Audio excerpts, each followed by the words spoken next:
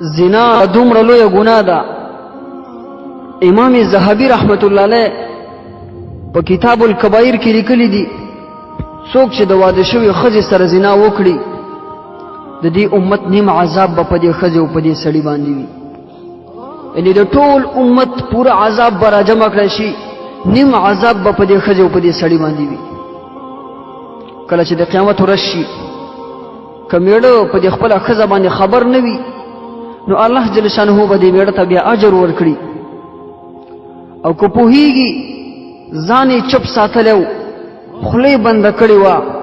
نو الله جل شانه به بیا په دې سړي باندې په دې میړه باندې به ورته د جنت بوی حرام کړي. ځکه الله جل شانه د جنت په دروازه باندې لیکلی دي اے د جنت دروازې ته په دوس باندې حرامئ، او دوس هغه څوک دی چې ښه ورته پته وي چې ښځه یې غلط کار کوي، فحش کار کوي او دا غلی ناست وي، ځان یې چوپ نیولی وي،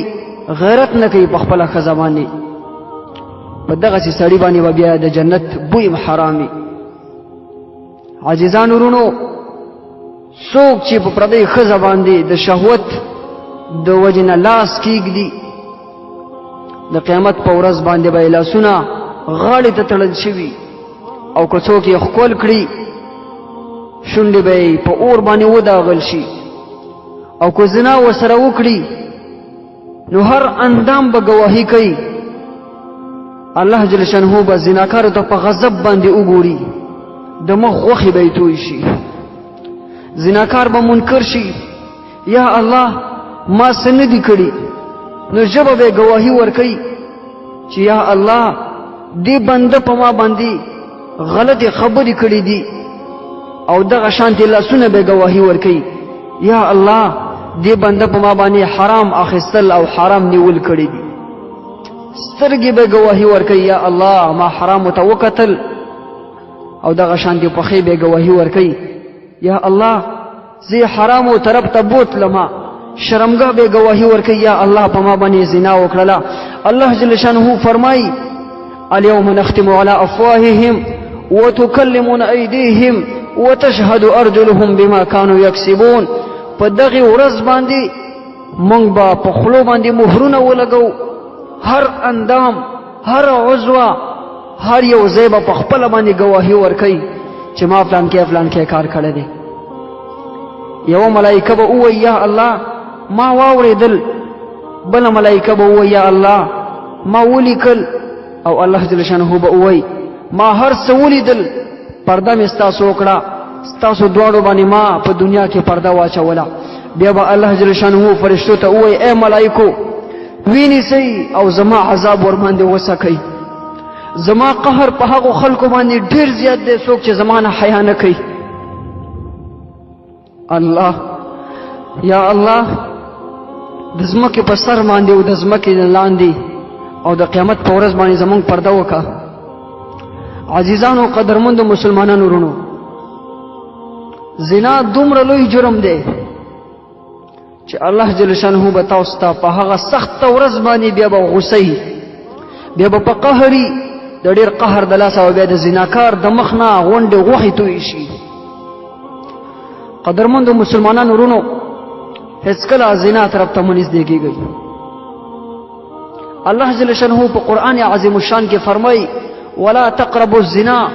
زنا کول خو لرې خبره ده، زنا طرف ته مه نږدې کېږئ. دومره لویه ګناه ده چې د الله او د الله د رسول سره د هغې سره بایکاټ کول دي، د هغې نه اعراض کول دي، د الله او د الله د رسول او د قرآن نه مخ اړول دي. قدرمندو مسلمانانو ورونو، دومره عجیب او خسته وخت دی، خسته مهلت دی، د توبې مهلت دی.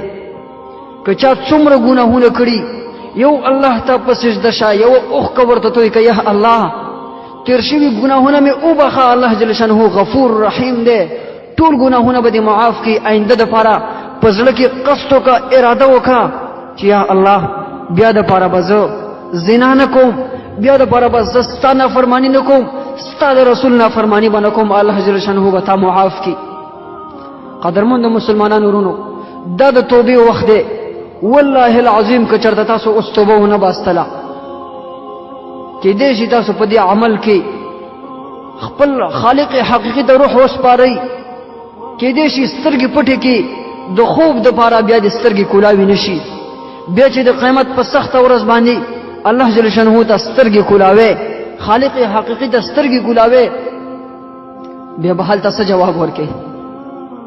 هلته بیا تا باندې هر اندام ګواهي ورکوي بیا به هلته ته رب ته څه جواب ورکوي ته به هلته د پیغمبر علیه الصلاة والسلام د امتی په شمار کې څنګه راځي پیغمبر علیه الصلاة والسلام با په حوض کوثر سره ولاړی خلکو ته به اوبه ورکوي خپل امتیانو ته به اوبه ورکوي چې کله ته ورنږدې شي تا ته څنګه اوبه درکوي په منځ کې به هم فرشتې حایل شي پیغمبر علیه الصلاة والسلام هغه به وایي امتی امتی زما امتی دی رانږدې کوي ما ته چې زه اوبه ورکم فرشتې به ورته وایي چې یا رسول الله نه نه هېڅکله اوبه ورته مه ورکوه ته خو خبر نه یې د کم کارونه کړي دي ستا نه اعراض کړی و د الله د کتاب نه اعراض کړی و ستا نافرماني کړې وه بیا به هلته ته په خسران او په تاوان کوي عزیزانو قدرمند